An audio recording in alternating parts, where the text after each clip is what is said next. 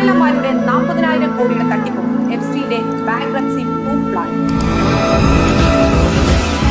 2019 അനിൽ അംബാനിയുടെ Reliance communications വൻ കടക്കണിയിലേക്ക് പൂക്കൂട്ടി വീഴുന്നു. 400 കോടി രൂപ അടച്ചില്ലെങ്കിൽ ജയിലിൽ പോകേണ്ട അവസ്ഥ. ആ സമയത്ത് $750 മില്യൺ സമാഹരിക്കുന്നതിനെ കുറിച്ച് അനിൽ അംബാനി ജെഫ്രി എപ്സ്റ്റീനുമായി ചർച്ച നടത്തുന്നു.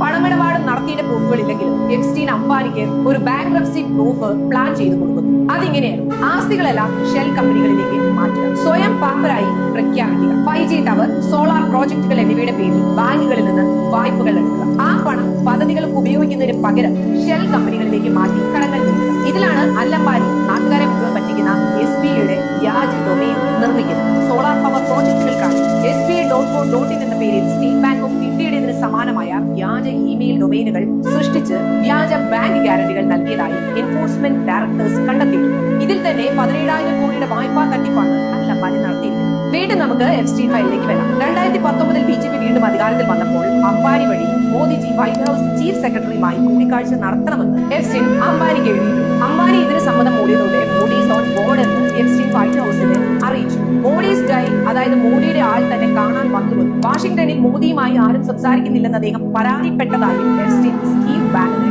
മെയിലയച്ചു. അമേരിക്കയുമായിട്ടുള്ള പ്രതിരോധ സഹകരണത്തിൽ ഇന്ത്യക്ക് മാർഗനിർദ്ദേശം ആവശ്യമാണെന്ന് അംബാനി ആവശ്യപ്പെട്ടപ്പോൾ പകരം എന്ത് നൽകുമെന്ന് എപ്സ്റ്റീൻ ചോദിച്ചു. ഇന്ത്യൻ മാർക്കറ്റ് എന്താണോ ഫലപ്രദമാകുന്നത് അത് എന്നായിരുന്നു അംബാനിയുടെ മറുപടി. നമ്മുടെ രാജ്യത്തിന്റെ മാർക്കറ്റ് വിൽക്കപ്പെടേണ്ടത് ഇങ്ങനെയാണോ? ഇനിയുള്ളത് റഫാൽ യുദ്ധവിമാനങ്ങളുടെ ഇടപാടിലെ ദുരൂഹതകൾ ഈ ഫയലുകളിലൂടെ വീണ്ടും സജീവമാകുന്നു എന്നുള്ളതാണ്. മോദിജിയും ഫ്രഞ്ച് പ്രസിഡന്റ് ഹോളണ്ടും റഫാൽ കരാർ വിശദീകരിക്കുമ്പോൾ രണ്ടാം നിലയിൽ ഹെഡ്ഫോൺ വെച്ചിരിക്കുന്നത് അനിൽ അംബാനിയാണ്. റഫാൽ കരാറിൽ ഓഫ്സെറ്റ് പാർട്ണറായ റിലയൻസ് ഡിഫൻസ് എന്ന കമ്പനി രൂപീകരിച്ചിട്ട് അന്നത്തേക്ക് 12 ദിവസം മാത്രമാണ് ആയത്. അതായത് വെറും 12 ദിവസം മുമ്പാണ് ആ കമ്പനി ഉണ്ടായത്. യാതൊരു പരിചയവുമില്ലാത്ത ഒരു കമ്പനിയെ ആരാണ് ശുപാർശ ചെയ്തത്? ഭാരത സർക്കാർ അംബാനിയുടെ പേര് നൽകിയെന്ന് ഫ്രഞ്ച് പ്രസിഡന്റ് ഹോളണ്ട് തന്നെ പിന്നീട് വെളിപ്പെടുത്തിയിരുന്നു. കരാർ ഒപ്പിട്ടതിന് തൊട്ടു പിന്നാലെ അംബാനിയുടെ ഫ്രഞ്ച് ടെലികോം കമ്പനിക്ക് ഫ്രാൻസ് 143 മില്യൺ യൂറോയുടെ നികുതി ഇളവ് നൽകിയതായി റിപ്പോർട്ടുകളുണ്ട്. 2017 മോദിജി ഇസ്രയേലിൽ പോയപ്പോൾ ഡൊണാൾഡ് ട്രംപിന്റെ മരുമകൻ ജാരൻ കുഷിനുമായും